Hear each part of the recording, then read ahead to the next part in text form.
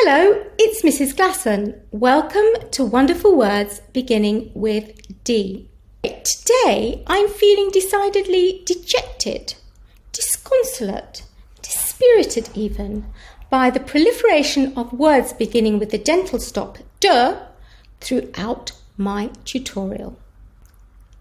But don't worry, to lighten the mood, I'm going to tell you about something that's going to make you hoot with laughter. The subject of much mirth among many of my students. My decidedly dire mathematical skills.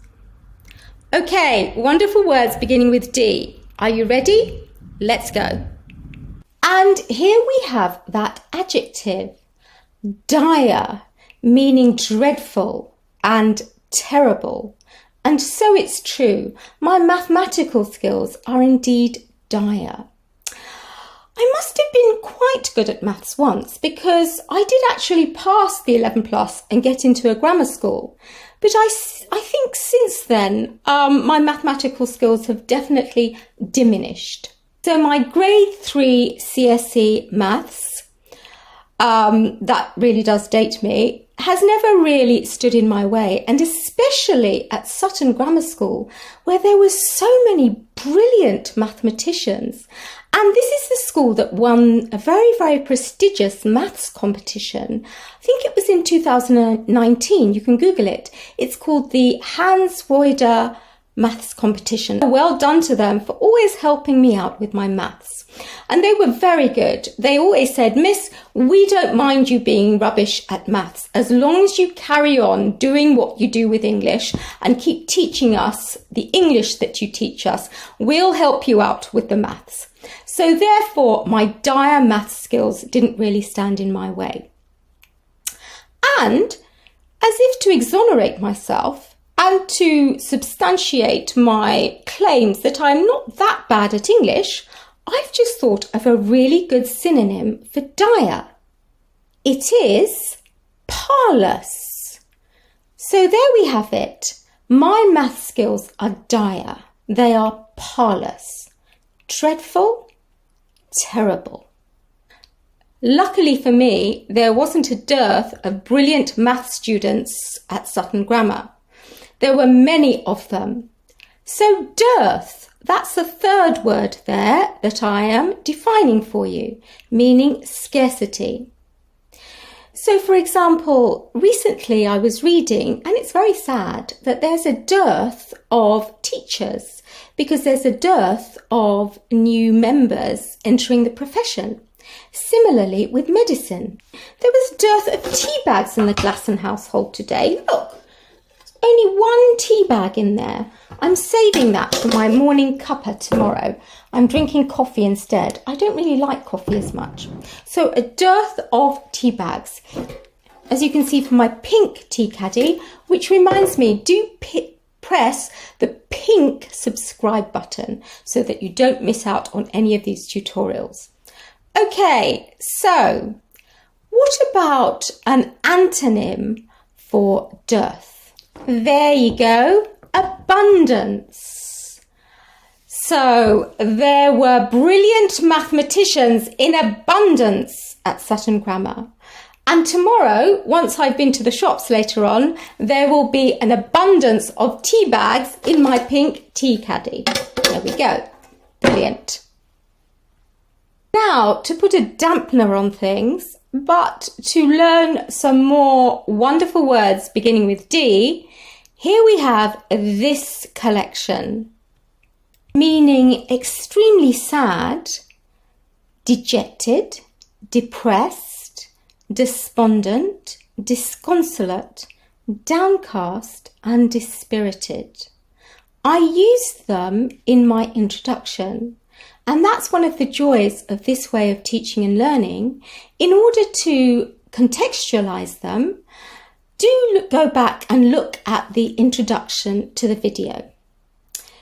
I've said extremely sad. I'm sure you can think of some better words than that. How about melancholy or maudlin?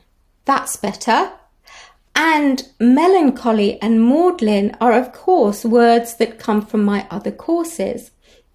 So my 11 Plus Foundation course, which is a great precursor to live tuition. You imagine you can turn up at live tuition and you know all of these fantastic words. And I know that it really helps because my foundation course students tell me that they go to live tuition and their tutors are so impressed with them. And even better, in their real lives, as it were, at school, their primary school teachers are amazed and their English grades go up.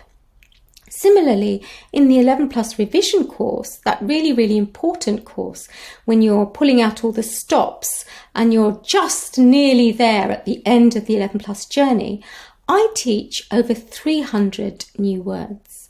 So that's well worth doing. And it's well worth doing because I also revise creative writing, comprehension, cognitive skills, all of the different things that you need in order to really excel in the 11 Plus. So here we have these fantastic words for extremely sad. I was talking to my Year 5 students about a brilliant piece of creative writing. It was done by my son, actually, and he received 100% for his creative writing at GCSE. And of course, I use that creative writing to teach my 11 Plus students. And actually, you can have a look at that. My foundation course students will have seen some of that excellent creative writing in the foundation course. And of course, in the 11 Plus revision course, I show you an extract from that creative writing. But he actually uses these fantastic words, and what happens is it imbues the piece with this sense of sadness and nostalgia. It gives it a real wistful tone. And don't forget, tone is really important in your creative writing, but also for your comprehension. When you're making those inferences, you might be asked about the tone of a piece of writing. So have a look at the writer's choice of words. And so here, this selection of words is obviously going to make a piece very, very maudlin, but also it's not just the words themselves. Don't forget the bilabial plosives, the B sound from the Wonderful Words beginning with B. And if you haven't watched that, do have a look at that. Here we have a dental stop, D. So that sound, that is very, very heavy, is it not? D. And so therefore, as well as the meaning of these words, dejected, depressed, despondent, disconsolate, downcast and dispirited, the alliteration of the dental stop exacerbates that sense of negativity, of pessimism even. It elucidates for us that something very, very sad or melancholy is happening or about to happen or has happened. So there we have creative writing and comprehension and vocabulary and phonetics entwined. And just in case you're thinking, what about the grammar, Mrs Glasson? These are all adjectives. I hope that you have enjoyed learning these wonderful words beginning with D. Please push the pink subscribe button so that you don't miss out on future free vocabulary tutorials. And also, please do go back and look at the videos again, because what that does is it helps to recontextualize the words. And I hope that you do encounter them in your real lives, but you're more likely to encounter them if you read the right kind of books. And you can see my other videos on reading and the kinds of books that I recommend.